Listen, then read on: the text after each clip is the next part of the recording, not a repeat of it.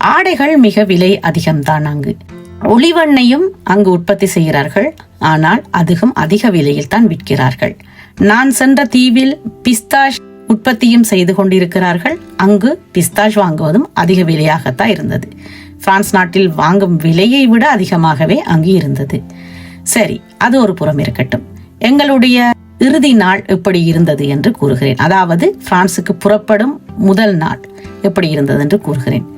எங்கு போகலாம் என்று நாங்கள் முடிவெடுக்காமல் அதன்ஸ் நகரத்தின் அக்ரோபோலி இருந்த இடத்துக்கு வந்து சேர்ந்தோம். மெட்ரோவில் அக்ரோபோலி அமைந்திருந்த அந்த இடத்திற்கு வந்து சேர்ந்த பொழுது அங்கிருந்த உணவகங்களில் அதிக விலையாக உணவுகள் இருந்தமையால் சிந்தக்மா என்ற ஒரு இடத்தில் மறுபடியும் மெட்ரோ எடுத்து வந்து இறங்கினோம். அந்த இடம்தான் பார்லிமெண்ட் அமைந்திருக்கும் இடம். மெட்ரோ பார்லிமெண்ட்டுக்கு முன்னதாகவே கொண்டு வந்து நிறுத்திவிடும்.